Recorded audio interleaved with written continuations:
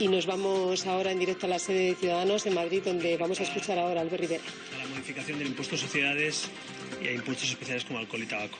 Y debo decirles que hay un acuerdo con el Gobierno para apoyar el techo de gasto, pero no apoyaremos el impuesto, en este caso el decreto de impuestos del Gobierno, porque no compartimos que la vía sea meter la mano en el bolsillo de los españoles en vez de perseguir el fraude fiscal, como pretende seguir haciendo Ciudadanos. Por tanto, hay acuerdo en el campo presupuestario de techo de gasto, porque hay un compromiso de casi 4.000 millones de euros por parte del Gobierno, 3.850 millones, para ese presupuesto futuro, pero nosotros no compartimos la vía de la subida de impuestos como vía para hacer cumplir eso. Había 1.000 millones que recaudar en la amnistía fiscal, que el Gobierno de momento se ha negado a aplicar, y por tanto, como había otros lugares donde recoger el dinero y no volviendo a subir los impuestos a la clase media, pues nosotros no apoyaremos ese decreto.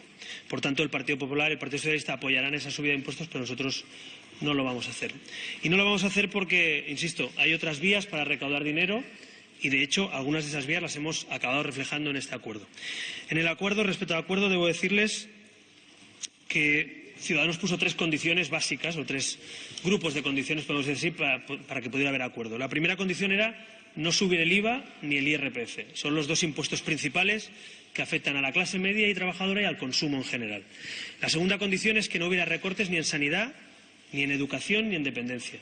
Nos parece fundamental un giro en las políticas sociales y un apoyo a esa clase media que lo ha pasado mal con esta crisis y no puede seguir aguantando recortes. Y la tercera prioridad era apoyar medidas, nuevas políticas, nuevas partidas presupuestarias para la clase media trabajadora, que quiere empezar a recoger frutos también de este cambio de mapa político, donde no hay mayoría absoluta y donde los grupos de la oposición tenemos que colaborar a dar un giro para unas políticas para la clase media que ha sido la gran perjudicada de estos últimos años.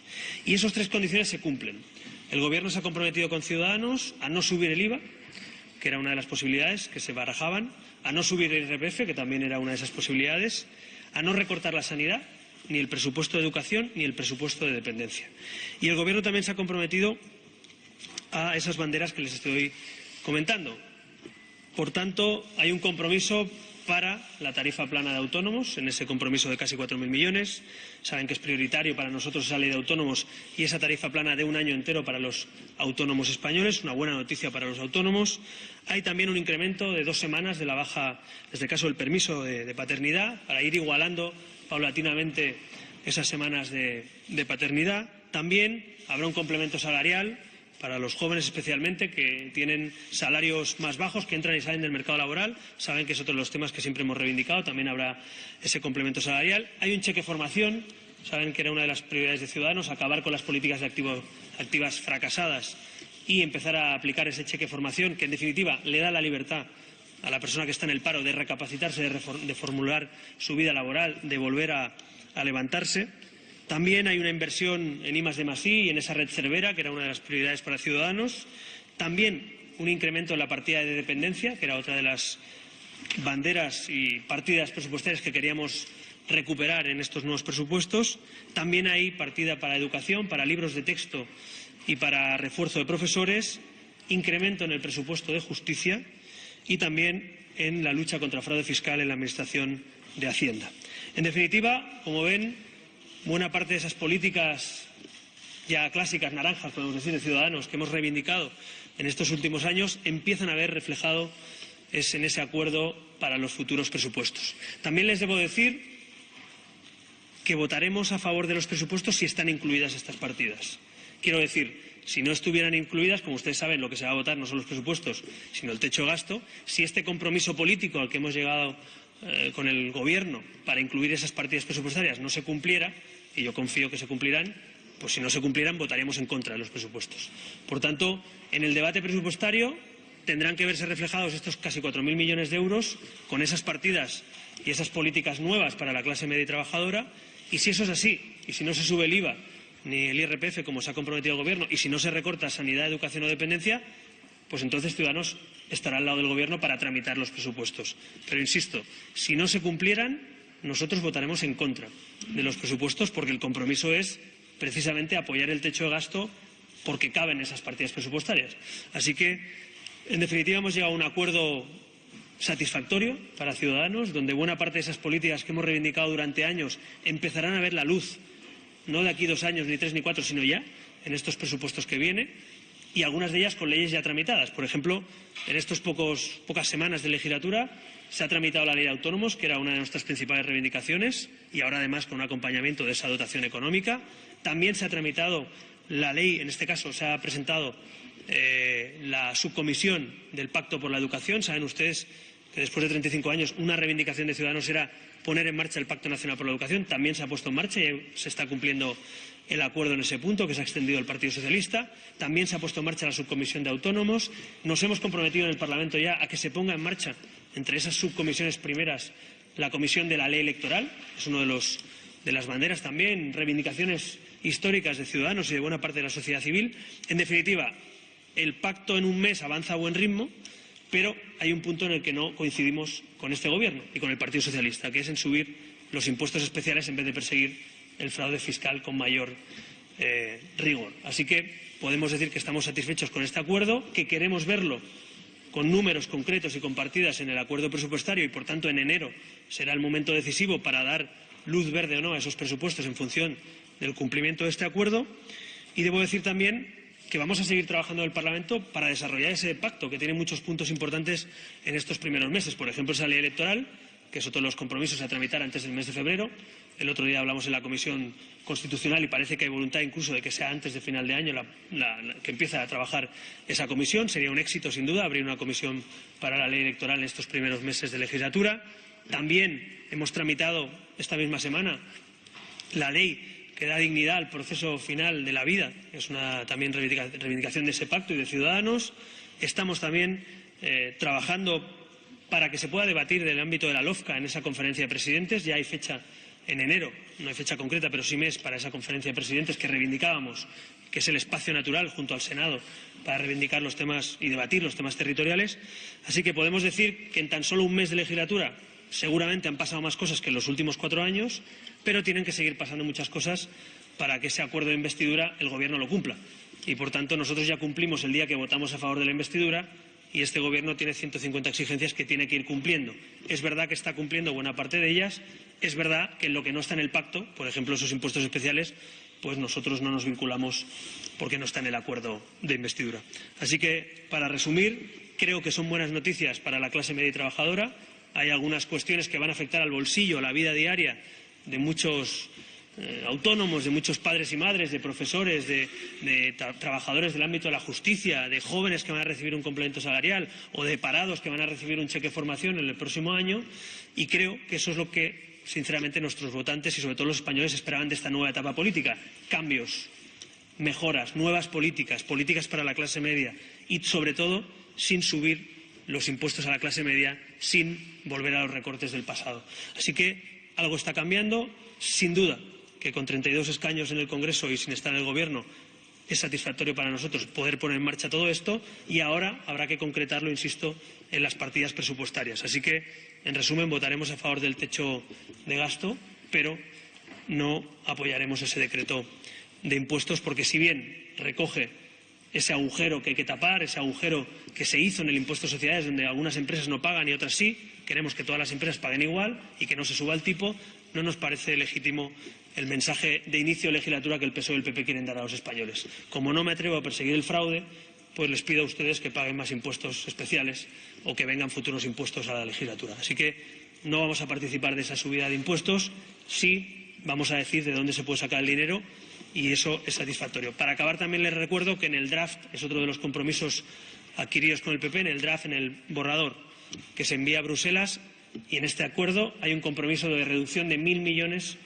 de duplicidades administrativas y políticas, con lo cual esa es la línea, ir recortando en grasa de la administración pública y duplicidades, ir refortaleciendo las políticas públicas y las políticas sociales que, en definitiva, ayudan a nuestra clase media y trabajadora.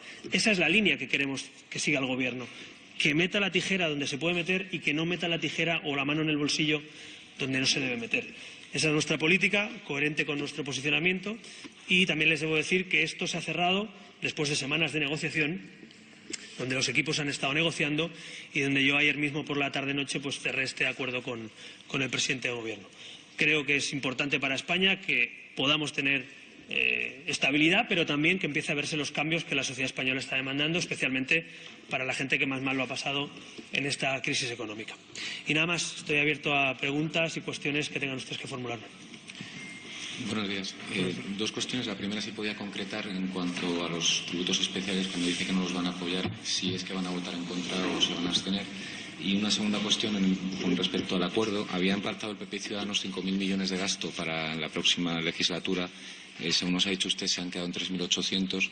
No sé si podría especificar a cuánto va a ascender el dinero dedicado al complemento salarial y si han quedado fuera partidas como el plan de pobreza infantil, que creo que no lo ha mencionado usted en su intervención, o el plan de activación de empleo.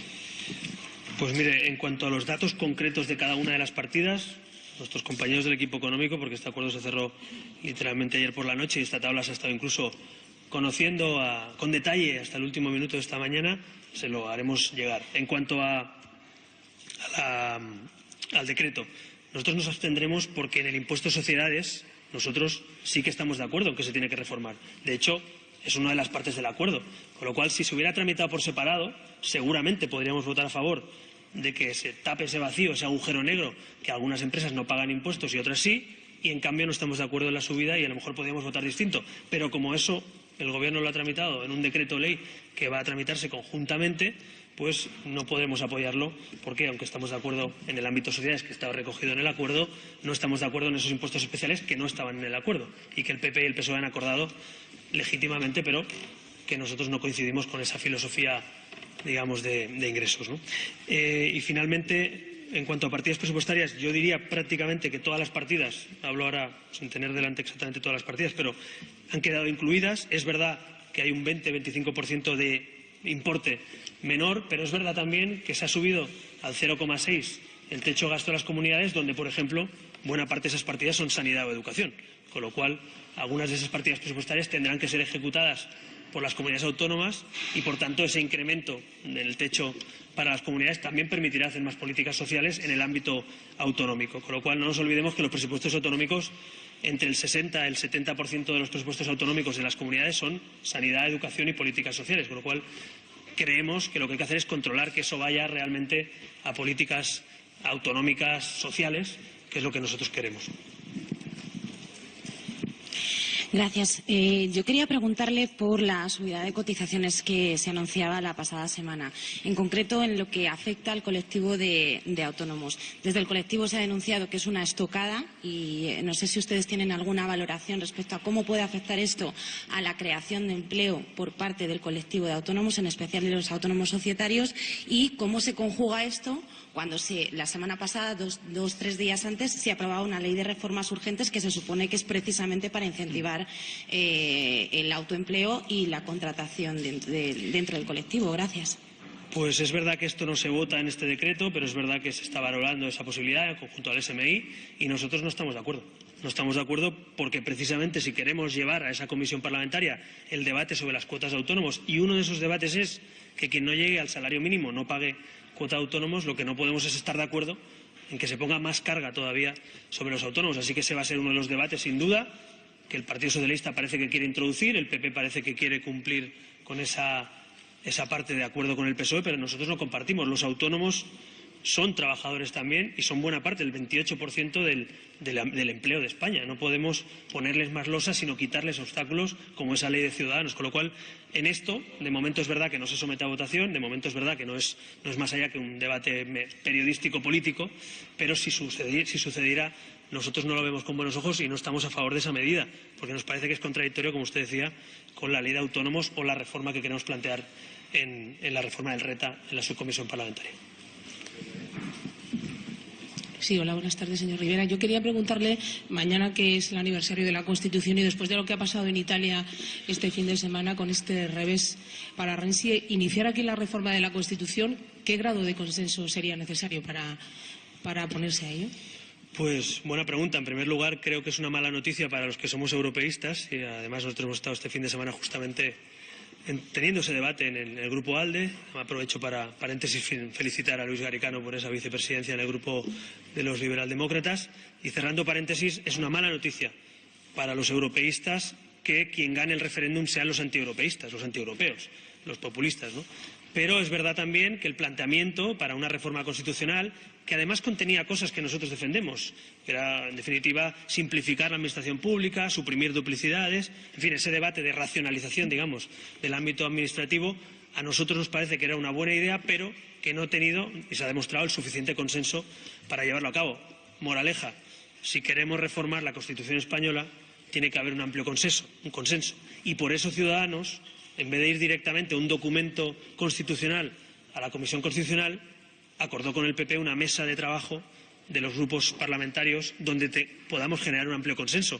Es evidente, en el informe de Rubio Llorente además se cita expresamente, que sería razonable que la Constitución tuviera igual o más consenso que el que tuvo, porque evidentemente si restamos consenso lo único que podemos hacer es dividir en una reforma de tal calado, ¿no? Así que la moraleja para los españoles es: este no es el motivo para no modernizar nuestra Constitución, que nadie se equivoque, que nadie aproveche la excusa para seguir en el inmovilismo, pero sí que es cierto que tienen que haber consensos muy amplios y, sobre todo, saber qué es lo que quieres cambiar de la Constitución. Así que seguimos pensando que hay que modernizar nuestra Constitución después de 40 años, pero, por supuesto, que somos cautos y sabemos, y creo que este partido ha demostrado, que sabe generar consensos muy amplios, ¿no?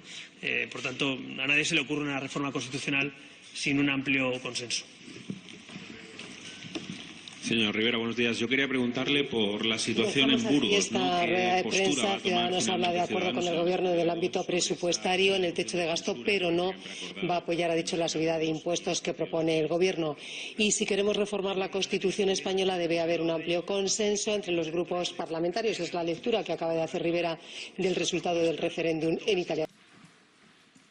Sí, señor Rivera, ¿qué tal? Buenos días. Dos preguntas. Una, si es usted optimista con que el Gobierno finalmente recupere el dinero de la amnistía fiscal, y también quería escuchar una valoración sobre la polémica con su líder en Cataluña, Inés Arrimadas, por esas declaraciones sobre el referéndum, posible referéndum o no en Cataluña, porque no le hemos escuchado desde la semana pasada. No le hemos escuchado, mejor dicho, a este respecto. Gracias. Bueno, en cuanto a lo último, lo que no he escuchado yo es defender a nuestra líder en Cataluña un referéndum de independencia. No lo he escuchado porque no lo ha dicho nunca, vaya. Por lo tanto, no hay ninguna polémica. Simplemente, en este caso, alguien en una entrevista que ha intentado decir que un referéndum constitucional como el que estamos hablando aquí es un referéndum de independencia. Justo lo contrario. Un referéndum constitucional que convoque el Congreso de los Diputados, o en este caso el Gobierno de España, es un referéndum para todos los españoles, para decidir sobre nuestra Constitución o nuestro futuro, ¿no? Con lo cual, nada más lejos de la realidad, justo lo contrario. Nosotros defendemos que todos los españoles tienen que poder votar la Constitución o una reforma constitucional, como se hizo, por cierto, en el año 78, y en ningún caso cabe, y creo que lo ha dejado muy claro también no solo Inés, sino toda nuestra ejecutiva, en ningún caso cabe trocear la soberanía nacional por provincias, por autonomías, porque desde luego esa no es la solución. Así que donde no hay polémicas no se pueden valorar. En el segundo o el primer aspecto, usted me comentaba, este era el ámbito territorial, el primero, perdón, la amnistía. Bueno, nosotros le hemos pedido al Gobierno que nos explique, Montoro, cómo va a hacer eso de que no prescriba la amnistía fiscal. Saben que nosotros pensábamos que lo más directo, lo más claro, lo más nítido era, antes del 30 de noviembre, exigir precisamente, expresamente, a cada uno de esos defraudadores que habían regularizado el pago del 10%. El ministro dice que no hace falta, que lo puede hacer igual. Bueno, pues le hemos pedido que nos lo demuestre cómo lo piensa hacer. En todo caso, como no compartimos que, digamos que se tenga una actitud pasiva, podemos decir así, en ese caso, y a la vez tenga una actitud tan proactiva en subir impuestos, pues nosotros no apoyamos la subida de impuestos. Es tan sencillo como eso. Si alguien prefiere meter la mano en el bolsillo antes que meter la mano, en este caso, en la mano de los defraudadores o en el bolsillo de los defraudadores, pues yo prefiero estar con los que cumplen que los que no cumplen. Y prefiero que no le suba a la gente los impuestos, que cumple y paga cada día religiosamente sus impuestos, y no al señor Bárcenas o al señor Pujol o al señor Rato. Pues yo creo que hay que ser valientes con los privilegiados y no solo con la clase media. Y por eso nosotros no apoyamos ese decreto. Sí, señor Rivera, si le he entendido bien, lo que se está planteando ahora Ciudadanos es rebajar un poco la previsión que tenían ustedes en cuanto a la dotación presupuestaria de las reformas recogidas en el pacto. Eso es lo que he entendido. En ese caso, se está planteando en las medidas en las que no ha destacado hoy. Y en segundo lugar, me gustaría pedirle también una evaluación política sobre cómo han ido las negociaciones, ¿no? Si creen que el PP ha estado dando prioridad, digamos, a las exigencias del PSOE antes que a las de Ciudadanos, y si creen que esto es un indicio sobre cómo se puede ir desarrollando la legislatura. Sí. Gracias. En cuanto a lo primero, es un hecho que evidentemente nosotros queríamos apostar por el 100%, de una manera, digamos, legítima, y además yo creo que en particular, pues para nosotros, de esos 5.000 millones han sido prácticamente 4.000, y es verdad que estamos pasando del 4,6 al 3,1, y es verdad que se ha subido el techo de gasto a las comunidades, y por tanto eso también retrae de alguna manera el presupuesto para la Administración Pública General del Estado. Y es verdad también que hacer todo esto sin subir el IVA y el IRPF y sin hacer recortes, pues es un poco cuadrar el círculo, pero ha cuadrado, porque el compromiso del Gobierno es de casi 4.000 millones con las políticas del acuerdo. Y también les recuerdo una cosa: llevamos un mes de legislatura, no son 4 años, con lo cual tenemos que desarrollar todas estas políticas durante los 4 años, y nosotros queríamos y queremos que cuanto antes mejor, pero también somos conscientes de que el año que vive España, de un 4,6 a un 3,1, además de ese techo de gasto de las comunidades, además de algunas previsiones que el Gobierno no ha llevado a cabo, ¿no? Como lo que hablamos de recaudar, a lo mejor ser más valientes con el fraude fiscal, pues este es el resultado. Ya digo, satisfactorio, porque somos conscientes que en un año como este, pues tener casi 4.000 millones para nuestras partidas de nuestro programa, pues es un logro, pero vamos a seguir trabajando, por supuesto, primero para que los presupuestos se reflejen y se cumpla el acuerdo, y segundo, para que en un futuro se sigan implementando, ¿no? Porque quedan muchos años por delante. Ojalá España salga de la situación de control de déficit, ojalá el presupuesto 2018 pueda ser expansivo, más expansivo que este, y podamos aplicar pues muchas de esas políticas cuanto antes mejor. Si lo hacemos antes de 4 años, mejor, claro. Yo cuanto antes mejor, como entenderán. Y la negociación, pues mire, todas las negociaciones son complejas, y además negociando, en este caso, una reducción del déficit y del techo de gasto, a la vez que un techo más alto para las comunidades, a la vez que 4.000 millones para nosotros o para esas partidas, pues claro, es un encaje de bolillos, ¿no?, lo que hacer al final, pero se ha hecho, ¿no? Y yo creo que hay que decir, para ser justos, que es satisfactorio para nosotros, porque con 32 escaños, sin estar en el Gobierno, somos el único partido que está logrando cambios concretos en políticas concretas para la clase media, ¿no? Con toda la humildad lo digo, pero también con toda la ambición de querer cambiar las cosas, ¿no? Así que, en ese sentido, no podemos quejarnos del resultado. Y el método, por decirlo así, pues evidentemente que cuando uno negocia con un Gobierno entero y con partidas presupuestarias nunca es sencillo, ¿no? Pero en todo caso, para ser positivos, creo que lo que hay que hacer es seguir implementando el acuerdo de investidura, que el PP siga cumpliendo ese acuerdo, igual que ha hecho con la Ley de Autónomos, igual que ha cumplido con la Ley de Educación o con el Pacto con la Educación, igual que se ha creado esa comisión para autónomos, o ahora con la Ley Electoral. Es decir, se trata de que esto siga avanzando a buen ritmo, porque, insisto, estamos mejor de lo que estábamos con la mayoría absoluta del PP, donde no habían partidas para la clase media, donde habían recortes, donde se subía el IVA, donde se subía el IRPF, donde no había, en definitiva, un giro que yo creo que se está empezando a dar en este país. Hola. Yo quería saber si en este proceso de negociaciones, y sobre todo a raíz de los pasos que está dando el Partido Popular con el PSOE, si Ciudadanos se ha sentido en algún momento desplazado, ninguneado, o les gustaría tener más peso dentro de esas negociaciones. Y también quería saber la versión que se da desde la Ejecutiva de Ciudadanos a las informaciones que dicen que se ha relevado a la portavoz en Huelva por su capacidad por estar embarazada. Y también, si le da tiempo, una reacción acerca del... Son una triple. Sí, creo que memoricé la tercera. Y la tercera, se está hablando esta mañana de los sesgos machistas que tiene Podemos, según la propia Rita Maestre. Yo quería saber si usted cree que la sociedad, que es profundamente machista, de ahí luego sale la gente machista, como ella ha dicho, y que en otros partidos también hay machismo. Simplemente una reflexión sobre esto. Vamos a ver, he apuntado lo que me preguntaba usted de Huelva, lo de la Rita Maestre, y la primera, que creo que era la más importante. Sí, negociación. Mire, nosotros no solo estábamos convencidos que el PSOE tenía que sumarse a la negociación, es que somos el único partido que había llegado a un acuerdo con el PSOE. ¿Se acuerdan cuando el PP decía que era malísimo llegar a acuerdos con el PSOE? Pues fíjense cómo cambian las cosas, ¿no? ¿Por qué? Porque es necesario, porque no hay mayoría absoluta. Porque ni siquiera Ciudadanos con el PP puede sacar leyes orgánicas. Necesitamos al PSOE. Con lo cual yo celebro que el PSOE pase del no es no a sentarse en una mesa. vaya, no me quiero yo reiterar con aquello de ya lo dije yo, pero acuérdense en esta misma rueda de prensa, después de las elecciones del 20 de diciembre, después del 26 de junio, siempre Ciudadanos ha defendido una mesa a 3, incluso un gobierno defendimos apoyado por 253 escaños con el PSOE, con lo cual para nosotros seguramente es el partido que más cómodo se siente con una negociación tan amplia como esta.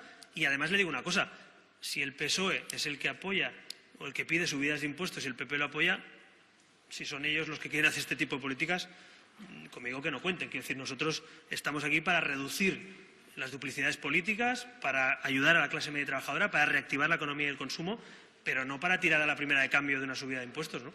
Lo cual, si el PSOE y el señor Montoro y el PP están cómodos en eso, pues no pasa nada. Nosotros nos abstenemos, no participamos, pero negociamos el resto de cosas. Así que, si se quieren encargar ellos de esa parte, pues no, como entenderán, no nos preocupa mucho. Lo que nos preocupa es que esas partidas estén y que empiecen a haber cambios, ¿no?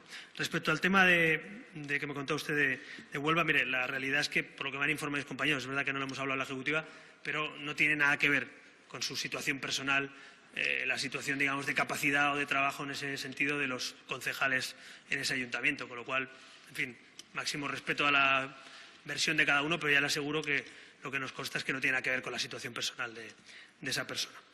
En cuanto a la señora Rita Maestre, pues me creo lo que usted ha dicho, que ha dicho Rita Maestre, pero permítame que no me dedique a hacer de comentarista de los problemas internos de otros partidos, porque yo creo que sinceramente que bastante tienen en Podemos como para que meta yo también el dedo en el ojo. Así que respeto la opinión de lo que se cree la señora Rita Maestre y desde luego que la lucha contra el machismo y contra la violencia de género, de hecho hemos llegado a un acuerdo entre todos para ello, tenemos mucho que hacer todos los grupos y espero que ese pacto contra la violencia de género se ponga en marcha cuanto antes y también esa comisión que va a trabajar la diferencia entre lo que cobra una mujer, lo que cobra la brecha salarial en definitiva, que creo que es algo que también estamos la mayoría de grupos de la Cámara de acuerdo. Así que se ponga en marcha ese pacto nacional y que se ponga en marcha esa comisión. Intentemos hacer de esta sociedad una sociedad más igualitaria.